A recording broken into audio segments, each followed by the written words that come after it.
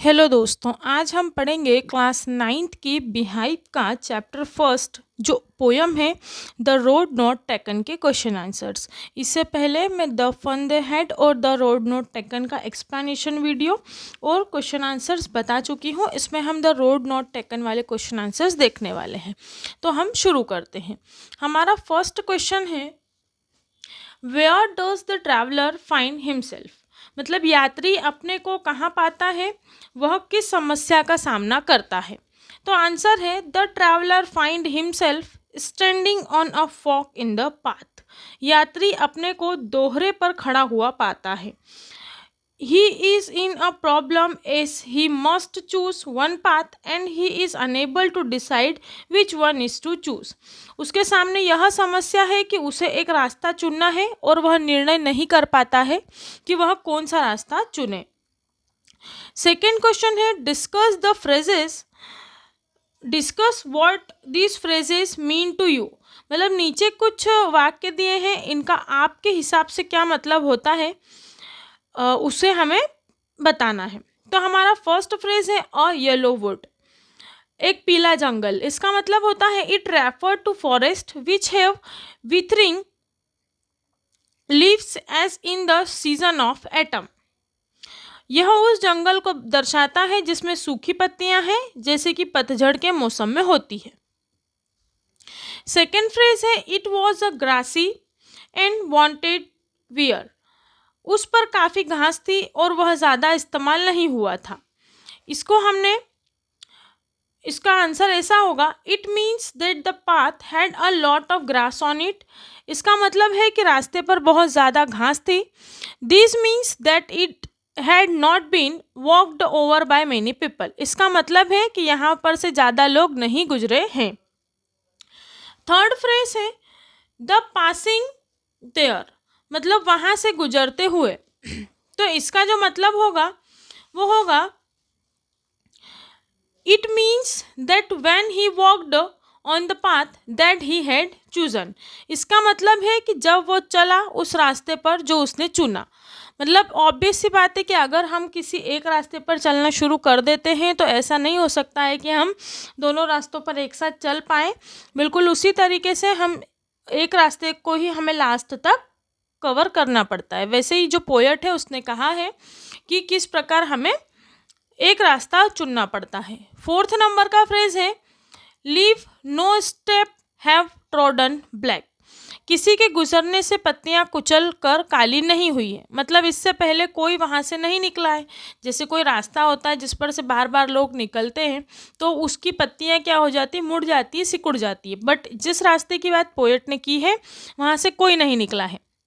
इसका आंसर है it means that no one had walked over the leaves as they were still green. मतलब जिस कवि कहते हैं कि इस जो जगह है, जो रास्ता है, वहाँ से कोई निकला ही नहीं है, तो पत्तियाँ अभी तक कैसी हैं, हरी की हरी हैं। If they had been walked over, अगर वहाँ पर बहुत सारे लोग पहले से ही चल के निकल गए होते, they would have turn black, तो वह भी अभी तक काली पड़ गई होती। लेकिन एक भी पत्ती क्या है, काली नहीं हुई है। मतलब वहाँ से कोई भी नहीं निकला है। इसके बाद नेक्स्ट वाला जो क्वेश्चन है हमारा वो है how way on two way. मतलब कैसे रास्ते दर रास्ते जाते हुए।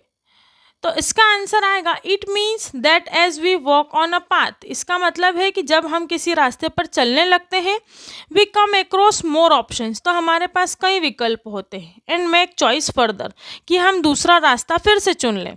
We keep on walking ahead on the way, लेकिन हमें क्या करना चाहिए, उसी रास्ते पर आगे बढ़ते जाना चाहिए। जैसे कि आप लोगों की अभी 10th हो जाएगी नेक्स्ट ईयर, आप अभी 9th में हो, अभी मतलब अगले साल क्या हो जाएगा कि 10वीं हो जाएगी। फिर आपको कोई एक सब्जेक्ट चूज़ करना पड़ेगा। कोई आपका फ्रेंड होगा वो कॉमर्स में फील्ड में जाएगा, कोई साइंस में, कोई मैथ्स में। तो आप मान लीजिए आपने इन तीनों में से कोई एक सब्जेक्ट चूज़ कर लिया है। 2-3 महीने बाद आपको क्या लगेगा कि अरे यार उसने तो वो लिया था, मे बी अगर वो ही लेता तो मतलब ज़्यादा बेटर होता। इस प्रकार से हम क्या करते हैं कि आधी दूर जाने के बाद हमें ये मन होता है कि हम हमारे रास्ते बदल लें। लेकिन पोएट कहते हैं कि हमें हमारे रास्तों को नहीं बदलना चाहिए, हमें उसको कंटिन्यू करना चाहिए। नेक्स्ट क्वेश्चन है is there any different between the two road as the poet describe them? क्या दोनों रास्तों में कुछ अंतर है जैसा कि कवि ने वर्णन किया है? अब कैसे किया है वर्णन? देखो, इन स्टांजा 2 और 3, मतलब जो हमने अभी कल पोयम पढ़ी उसमें जो स्टांजा नंबर 2 है और 3 है, उसमें आपने क्या देखा कि किस प्रकार दोनों में कवि ने अंतर बताया है। तो पहले वाला स्टांजा में कवि ने कहा है the two paths were similar, दोनों ही रास्ते एक जैसे हैं। इन द बिगिनिंग, शुरुआत में, the poet felt that one of them was grassy and had not been. शुरुआत में क्या होता है, इनमें से एक रास्ते पर बहुत घास उगी हुई है और उस पर जो लोगों की आवागमन है वो बहुत कम है। And had not been walked over many people, but when he walked on it for some distance, he realized that it was like the other road. पर जब वह उस रास्ते पर कुछ दूर तक चलते हैं तो उन्हें महसूस होता है कि ये रास्ता भी दूसरे रास्ते जैसा ही है, मतलब यहाँ से भी कुछ लोग पहले ही गुजर चुके हैं या फिर यहाँ से भी कोई नहीं गुजरा है। मतलब हमें भी क्या लगता है कि अगर हम साइंस की जगह पर कॉमर्स ले लेंगे तो हमें बहुत ज़्यादा इजी पड़ेगा, लेकिन कॉमर्स वालों को भी यही लगता है कि अरे यार कॉमर्स टफ है, कॉमर्स में कैलकुलेशंस ज़्यादा हैं, ये वो है। लेकिन हमें हमारी चॉइसेस को है जो बार बार चेंज नहीं करना चाहिए। सेकंड वाला जो लाइन दे रखी है वो मतलब सेकंड वाली जो स्टेटमेंट है वो क्या है, in the last 2 line of the poem, last जो 2 लाइन्स है पोएम की, उसमें जो पोएट है वो क्या कहना चाहते हैं तो हम वो पढ़ेंगे अब। Here again the poet talk of his initial decisions, यहाँ पर जो कवि है वो फिर से अपने जो शुरुआती निर्णय हैं उस पर विचार करता है। When he thought that the road were different, जब दोनों रोड क्या थे, अलग अलग थे। एंड चूज द वन, और उन्होंने किसी एक को चुना। That had been walked over by lesser number of people, जो कि बहुत कम लोगों के द्वारा चला गया था। अब आधी दूर जाने के बाद पोएट को लगता है कि यार मैं दूसरे रास्ते पर आ गया हूँ, यहाँ पर बहुत कम लोगों ने चला है। लेकिन फिर और आगे कंटिन्यू इस चीज़ को रखने के बाद उन्हें लगता है कि ये रास्ता भी बिल्कुल वैसा ही है जैसा पिछला था। क्वेश्चन नंबर 4 है, what do you think the last 2 lines of the poem mean? Poem की जो लास्ट 2 लाइन्स है उससे आप क्या समझते हैं वो बताइए। Looking back, does the poet regret his choice और एक्सेप्ट इट? क्या जो पोएट है उन्होंने पीछे देखते हुए खुद को मतलब कोसा या नहीं, तो इस बारे में हमें बताना है। तो इसका आंसर आएगा the last 2 lines of the poem, मतलब कविता की आखिरी 2 पंक्तियों का अर्थ है means the acceptance of reality, हमें स्वीकार करना चाहिए किसको, सत्यता को। The poet made a choice and accept the challenging path, कवि ने जो रास्ता पसंद किया वह बहुत चुनौतीपूर्ण था लेकिन फिर भी उसने उन्हें कंटिन्यू रखा। He wanted to do something different in his life so he choose the less travelled road, वह जिंदगी में कुछ अलग करना चाहता था इसलिए उन्होंने वह राह चुनी जिस पर कम लोग चले थे। No he does not regret his choice, और उन्होंने कभी भी अपने निर्णय पर पछतावा नहीं किया। मतलब हम क्या होते हैं कि कभी कभी कोई पाथ चूज़ कर लेते हैं और उसके बाद हमेशा खुद को रिग्रेट करने में लगे रहते हैं कि काश ऐसा हो जाता तो, काश वैसा हो जाता तो, काश ये मैं कर लेता। लेकिन पोएट ये कहते हैं कि हमें कभी भी इस जो काश वाला शब्द है इसको हमारी लाइफ से हटाकर जो हमारे लिए बेटर है उस पर हमें फोकस करना चाहिए। इसके बाद हम 2 क्वेश्चंस और हैं। Have you ever had to make difficult choice और do you think you will have difficult choice to make? इसके बाद जो दोनों क्वेश्चंस हैं ये आपको खुद अटेम्प्ट करने हैं। इसके आंसर्स इसमें भी नहीं है और बुक में भी इसके आंसर्स नहीं। इसके बाद कुछ मेरे पास 2 इम्पॉर्टेंट क्वेश्चंस हैं, जैसे कि what is would, would say आपका क्या मतलब है। What did the narrator see in the wood, और जो लेखक है उसने वुड में क्या देखा है। तो आंसर है wood means a forest, wood का मतलब होता है कि जंगल।